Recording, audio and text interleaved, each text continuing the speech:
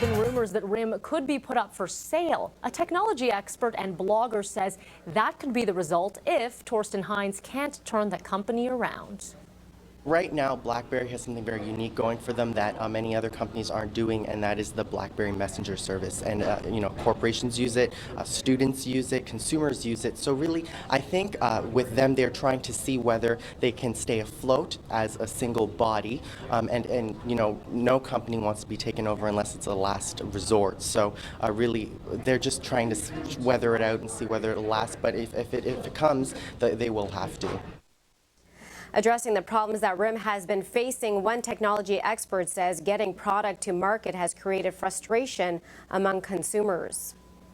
With many companies, they're taking different approaches to what they're doing. Apple, you'll see, releases a new iPhone once a year. The last time was 1.5 years between devices. Companies the Android system you'll see there's a new phone coming out from Samsung, from HTC, from Motorola. There's a new phone coming out all the time. So really, you're seeing this these companies trying to figure out what is more successful for them and their business plan in terms of what they're doing. So I think BlackBerry's trying to figure out what is more successful for them, whether they're coming out with 5 devices in a year or just 1.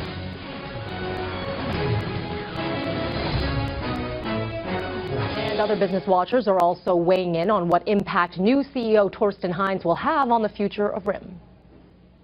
A lot of analysts right now are just skeptical.